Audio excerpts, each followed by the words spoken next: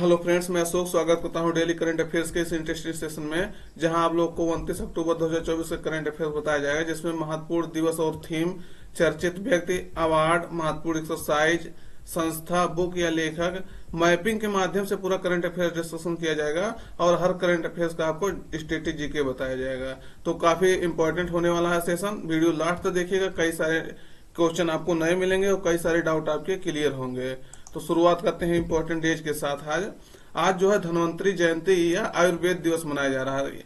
Important हो जाता है, इसी को जो है 29 अक्टूबर को मनाया जाता है, लेकिन ये जो है 2016 में पहली बार मनाया गया था। तो 2016 से ये प्रतिवर्ष मनाया जाता है, लेकिन 2016 में यही चीज 28 अक्टूबर को मनाया गया था। ये चीज आपको याद रखना है। और ये 9वां आयुर्वेद दिवस है, 2016 से मनाया जा रहा है। इसका थीम है इस वर्ष का Ayurveda innovation for global health, यानी हिंदी में कहेंगे वैश्विक स्वास्थ्य के लिए आयुर्वेद नवाचार। तो इम्पोर्टेंट हो जाता है, ये राष्ट्रीय आयुर्वेद दिवस है, इसको आपको याद रखना है। तो इम्पोर्टेंट हो जाता है, वैश्विक स्वास्थ्य के लिए आयुर्वेद नवाचार है, इस थीम के तहत इसको जो है आयोजित किया जा रहा है। तो ये इम्पोर्टेंट हो जाता है। ये देखिएगा 21 अक्टूबर से ही इसका जो है फंक्शन शुरू हो गया है। मतलब जैसे ये देखिएगा एक्टिविटी नाम इसका, एक्टिविटी 21 अक्टूबर से ही शुरू हो गया है। I support Ayurveda and selfie campaign, ये सब मतलब एक एक दिन जो है कोई ना कोई कैंपेन जो है शुरू हो रहा है। तो इम्पोर्टेंट हो जाता है, जितने आयुर्वेदिक कॉलेज है वहां जो है 21 तारीख से ही बहुत बड़े स्तर पे जो है ये एक्टिविटी शुरू हो गया है। तो आज जो है मनाया जा रहा है आयुर्वेदा दिवस।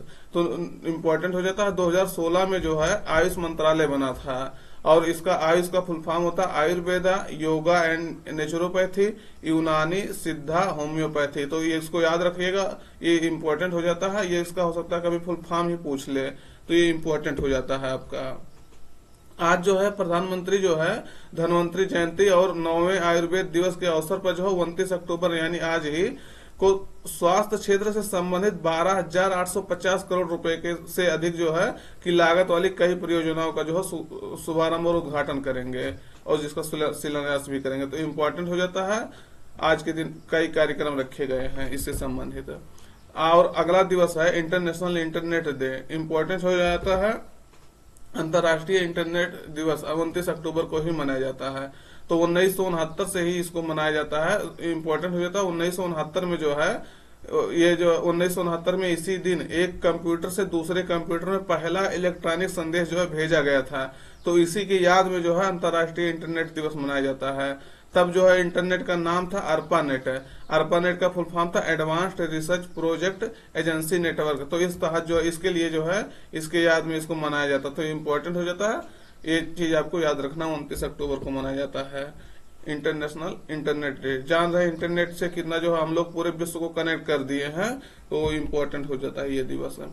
शुरुआत करते हैं क्वेश्चन के साथ। पहले पर्यावरणीय शिप इंडेक्स यानी इन्वायरमेंटल शिप इंडेक्स ESI के तहत हरित शिप पहल ग्रीन शिप इनिशिएटिव लागू करने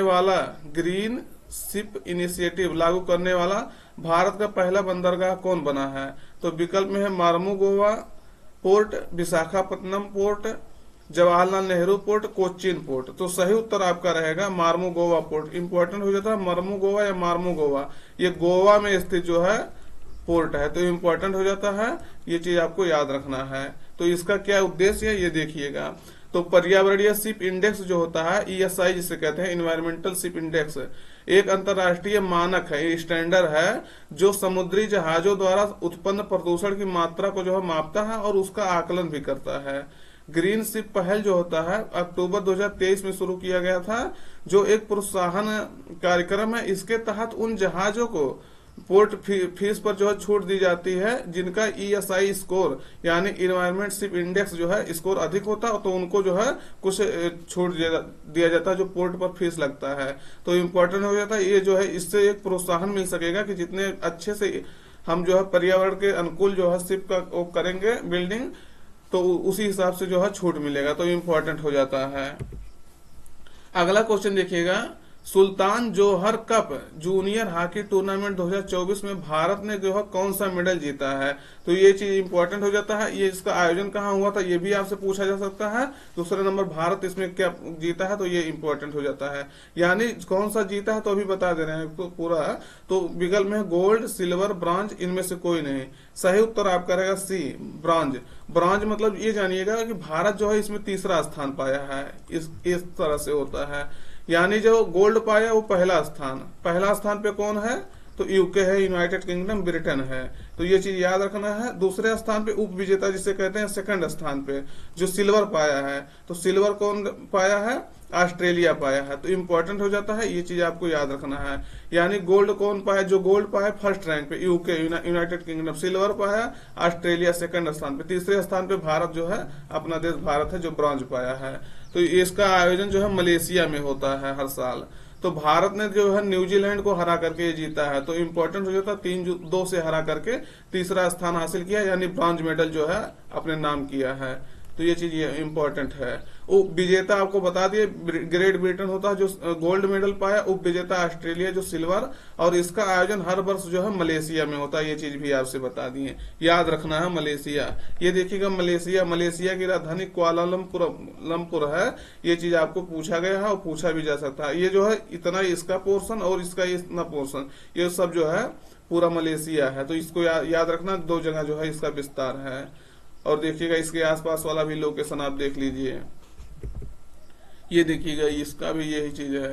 ये मैप में आपको जो है जितना पकड़ बनेगा उतना जाना, क्वेश्चन याद भी हो जाएगा उतना आपको, उतना जो है आपको कभी भी और स्टेटिक क्वेश्चन पूछे, जैसे ज्योग्राफी से राजधानी पूछे, लोकेशन पूछे, तो ये सब चीजें आपको मदद मिलेगा इससे जो है।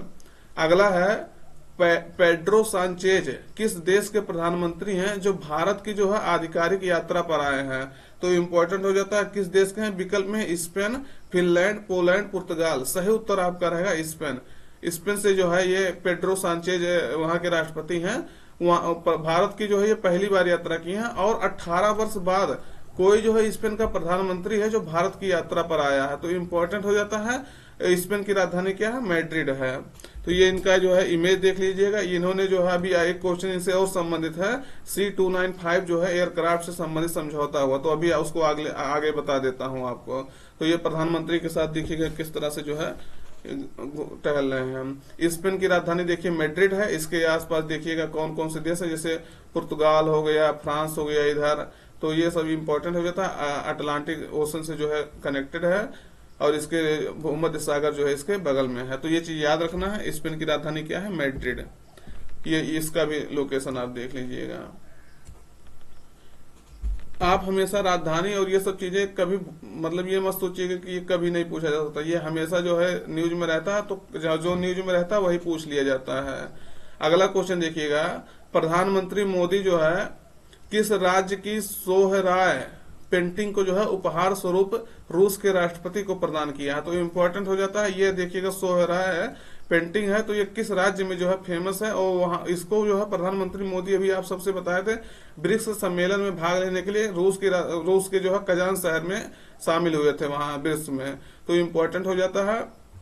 उनको वही जो है राष्ट्रपति पुतिन को जो है, व्लादिमीर पुतिन को उन्होंने भेंट किया है ये सोहराय पेंटिंग। तो कहाँ जो है ये कहाँ से बनता है, तो बिहार, झारखंड, तेलंगाना, राजस्थान। तो कहाँ बनता है, इंपॉर्टेंट हो जाता है झारखंड के राजधानी वाले क्षेत्र में, रांची के आसपास जो है ये पेंटिंग पे बहुत अच्छे से काम होता है। तो देखिएगा ये पेंटिंग कितना अच्छा लग रहा है।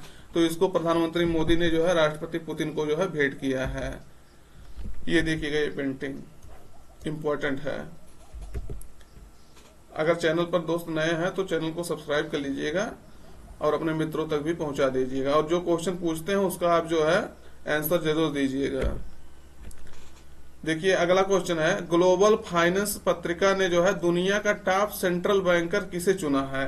ये क्वेश्चन इंपॉर्टेंट है। ये क्वेश्चन पूछे जाने की पूर्ण रूप से संभावना है, क्योंकि जो है अगर कोई विश्व लेवल पर कोई जो है अपना वो बना रहा है स्थान, तो निश्चित रूप से इम्पोर्टेंट हो जाता है। तो विकल्प में शक्तिकांत दास, रघुराम राजन, उर्जित पटेल, मनमोहन सिंह।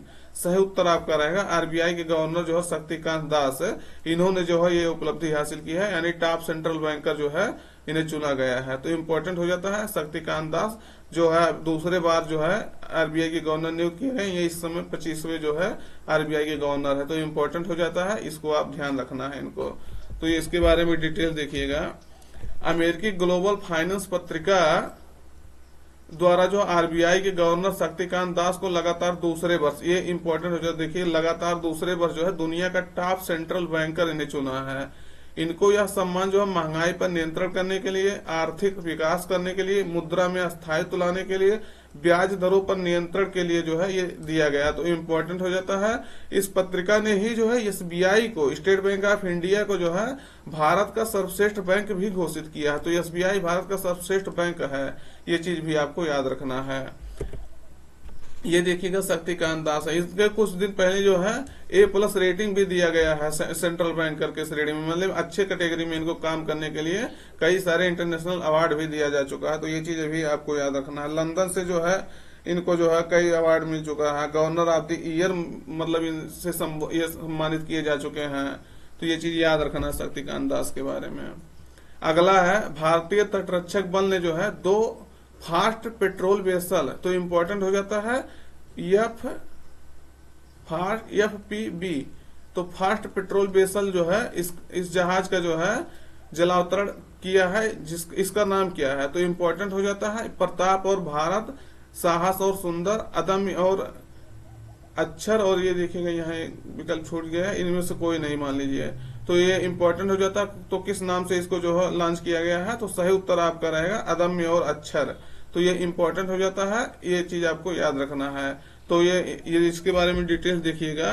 तो भारतीय तटरक्षक बल जो है 28 अक्टूबर 2024 को गोवा शिपयार्ड लिमिटेड द्वारा निर्मित जो है 2 फास्ट पेट्रोल वेसल से FPV अदम्य और अक्षर, ये चीज आपको याद रखना है। अदम्य और अक्षर पूछा जाता है, ये क्या है, क्यों न्यूज में था?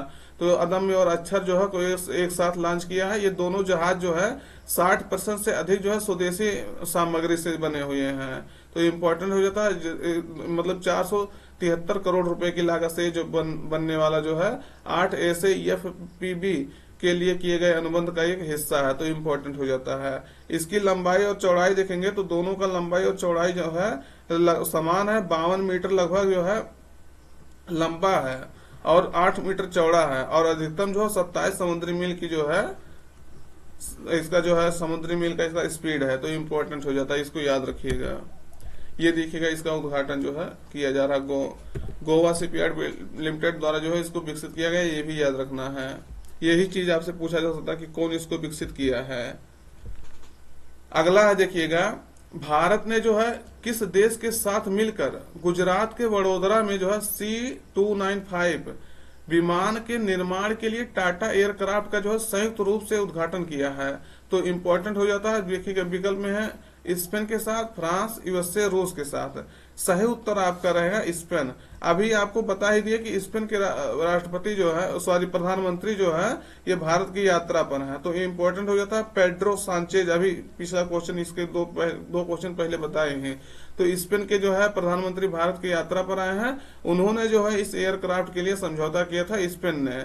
तो इम्पोर्टेंट हो जाता है, इसके बारे में देखिएगा, डिटेल्स बता देते हैं। तो प्रधानमंत्री श्री नरेंद्र मोदी और उनके स्पेनिश समकक्ष है पेड्रो सांचेज ने जो है 28 अक्टूबर 2024 को गुजरात के वडोदरा में, ये चीज आपको याद करना है क्योंकि आपसे पूछा जा सकता है कि इस एयरक्राफ्ट के लिए कहां पर जो है समझौता हुआ है, मतलब कहां पर इसका निर्माण करने के लिए जो है उद्घाटन किया गया है, संयंत्र इसका स्थापित किया गया है कहाँ? तो टाटा वडोदरा में जो टाटा एडवांस सिस्टम लिमिटेड द्वारा जो है परिसर में C295 विमान के निर्माण के लिए जो है टाटा एयरक्राफ्ट कॉम्प्लेक्स का जो संयुक्त रूप से उद्घाटन किया गया है। तो ये चीज आपको याद रखना है।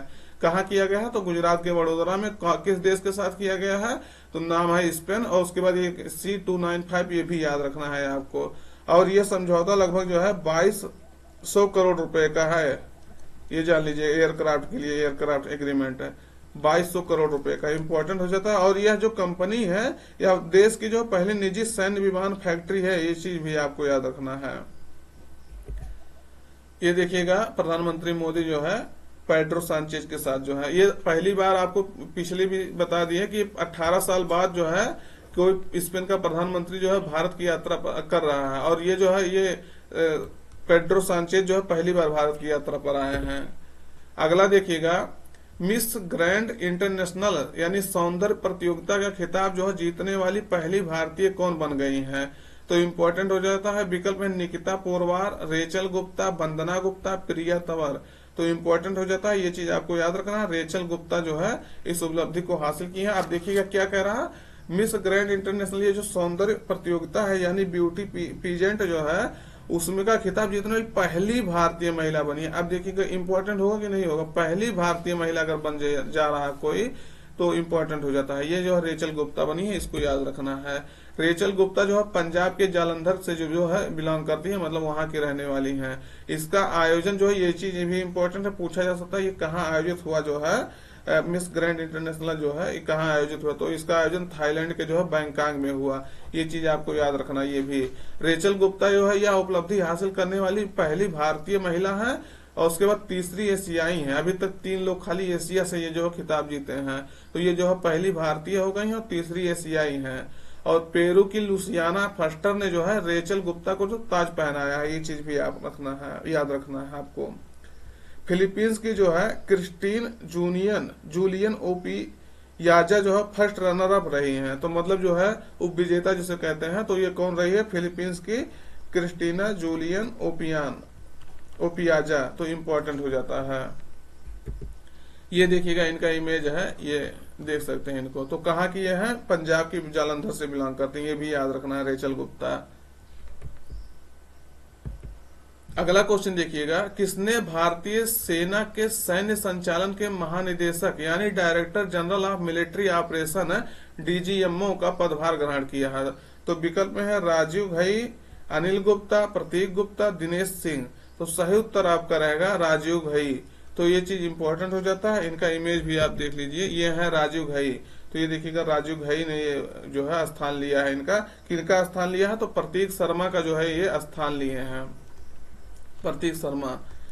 तो इम्पोर्टेंट हो जाता है। आपको ये जानना है कि भारतीय सेना का जो सैन्य संचालन के महानिदेशक होते हैं, यानी कोई सेना से संबंधित जो कार्यवाही होता है तो वो इन्हीं के निगरानी में, इन्हीं के देखरेख में जो है ये किया जाता है। यानी जो है ये पद जो होता है डीजीएमओ यानी director general of military operation. कोई भी मिलिट्री का जहाँ कैसे आपूर्ति क्या करना है, सप्लाई क्या करना है, कहाँ कार्रवाई करना है, यानी तो उस तरह से इस कौन कार्य करता है? तो डीजीएमओ ही करते हैं। तो इम्पोर्टेंट हो जाता है। तो राजीव घई को इनको ये स्थान मिला है। अगला देखिएगा, सतर्कता जागरूकता सप्ताह जो है कब से कब तक मनाया जा रहा है? तो ये इम्पोर्टेंट हो जाता है। कौन मना रहा है ये भी आपका इम्पोर्टेंट है। विकल्प में है 28 अक्टूबर से 3 नवंबर, 25 अक्टूबर से 1 नवंबर, 30 अक्टूबर से 5 नवंबर, 22 अक्टूबर से 28 अक्टूबर। तो सही उत्तर आपका रहेगा कौन? पहला, 28 अक्टूबर से 3 नवंबर तक जो है ये मनाया जा रहा है। तो इम्पोर्टेंट हो जाता है कौन मना रहा है? तो केंद्रीय सतर्कता आयोग जो है, सीबीसी जिसे कहते हैं, सेंट्रल विजिलेंस कमीशन। तो ये आयोग जो है इसको मना रहा है, केंद्रीय सतर्कता आयोग, इसकी निगरानी में जो है इसका पहल है, यही मना रहा है। यानी जो है शपथ दिलाया जाता है कि हम भ्रष्टाचार नहीं करेंगे, सत्यनिष्ठा रखेंगे, ये सब चीजें जो है सतर्कता जागरूकता सप्ताह इसलिए मनाया जाता है। और हर विभाग में जो है ये फिर उसके बाद मनाया जाता है। 28 अक्टूबर से 3 नवंबर तक ये मनाया जाता है। तो इम्पोर्टेंट हो जाता है। ये देखिएगा इसका थीम था सत्यनिष्ठा की संस्कृति से जो है राष्ट्र की समृद्धि, यानी culture of integrity for Nations prosperity. तो इम्पोर्टेंट हो जाता है, ये थीम भी आपका इम्पोर्टेंट है। तो सतर्कता जागरूकता सप्ताह कब से मनाया जा रहा है? 28 अक्टूबर से 3 नवंबर तक। ये चीज आपको याद रखना है। ये केंद्रीय सतर्कता आयोग के बारे में आप थोड़ा सा जान लीजिए, इम्पोर्टेंट है।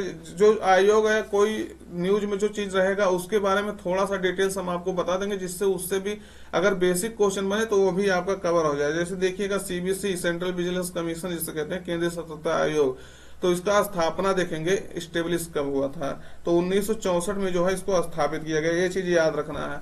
दूसरी नंबर एक समिति था, ये कई बार क्वेश्चन पूछा गया है, संथानम समिति। ये चीज आपको याद रखना, एकदम बढ़िया से आपको दिमाग में बैठा लेना है। संथानम समिति के सुझाव पर जो है ये जो है सीबीसी का स्थापना हुआ था 1964 में। तो ये चीज आपको याद रखना। ये 1964 में तो स्थापित हो गया था, लेकिन 2003 में एक्ट ला करके इसे जो है स्टेट्यूटरी बॉडी बना दिया गया था, यानी सांविधिक संस्था बना दिया गया था। पहले ये जो है सरकार के आदेश के द्वारा लाया गया था, लेकिन इसको संसद में कानून पास करके 2003 में एक्ट ला करके सीबीसी एक्ट इसको सांविधिक दर्जा दे दिया गया था। ये चीज याद रखना है। और इसका इनके जो सीबीसी होते हैं इसमें दो, एक जो है अध्यक्ष होता है और दो अधिकतम दो जो है मतलब सदस्य कह लीजिए, जो भी कह लीजिए, तो दो उसके आयुक्त होते हैं और एक जो है मुख्य आयुक्त होता है यानी अध्यक्ष जिसे कहते हैं। और इनका कार्यकाल जो होता है 4 वर्ष का होता है। ये चीज आपको याद रखना है। 4 वर्ष या 65 ईयर मतलब 65 ईयर मतलब 65 वर्ष या तो 4 वर्ष, यानी अगर आपको 4 वर्ष के लिए नियुक्त किया गया तो 4 वर्ष मतलब अगर पूरा हो जाएगा तो ठीक है, नहीं तो 65 वर्ष अगर आपका पूरा हो जाए और आपका 2 ही साल ही हुआ तो आपको मतलब हटा दिया जाएगा। यानी या तो आप 4 वर्ष या 65 वर्ष जो भी इसमें पहले हो, ये चीज ऐसे लिखा रहता है, जो भी पहले हो उसको आपको उतना नियुक्त किया जाएगा। तो आपको याद रखना 4 वर्ष या 65 वर्ष ये चीजें तो इम्पोर्टेंट हो जाता है। इसका राष्ट्रपति जो है इनको नियुक्त करते हैं, आप सब जानते होंगे राष्ट्रपति। और इनका जो राष्ट्रपति किसके सलाह, एक समिति होती है उसके सलाह पर इसको नियुक्त करते हैं, जिसमें समिति में देखेंगे तो पीएम होते हैं, प्रधानमंत्री, होम मिनिस्टर होते हैं, गृह मंत्री होते हैं, होम मिनिस्टर, और जो है कौन होता है leader of opposition in Lok Sabha, ये लोग भी होते हैं लोकसभा में। ये चीज आपको याद रखना। ये भी पूछा गया कौन इसका जो है नियुक्ति करता है, तो राष्ट्रपति करते हैं, लेकिन इसे सुझाव कौन देता है तो प्रधानमंत्री और होम मिनिस्टर और लीडर ऑफ अपोजिशन जो है लोकसभा के उनको दिया जाता है। ये मतलब ये देते हैं, इंपॉर्टेंट हो जाता है, इनके सुझाव देते हैं, तब ये जो है राष्ट्रपति इनको नियुक्त करता है, इंपॉर्टेंट हो जाता है। ये क्वेश्चन कल आपसे बता दिया गया था कि 2800 रेटिंग कौन पार किया है, तो अर्जुन एरिगेसी लॉन्च वो पार किया है, तो इम्पोर्टेंट था इसको, इसीलिए इसको दोबारा जो है बता दिए हैं। तो सेशन कैसा लगा आप जरूर बताइएगा कमेंट करके, और अगर वीडियो अच्छा लगा हो तो लाइक कर दीजिए, अपने दोस्तों तक पहुंचा दीजिए, और चैनल पर पहली बार विजिट किए या चैनल अभी तक सब्सक्राइब नहीं किए तो चैनल को सब्सक्राइब कर लीजिए। फिर मिलते हैं नए सेशन में, तब तक के लिए अपना ख्याल रखिए।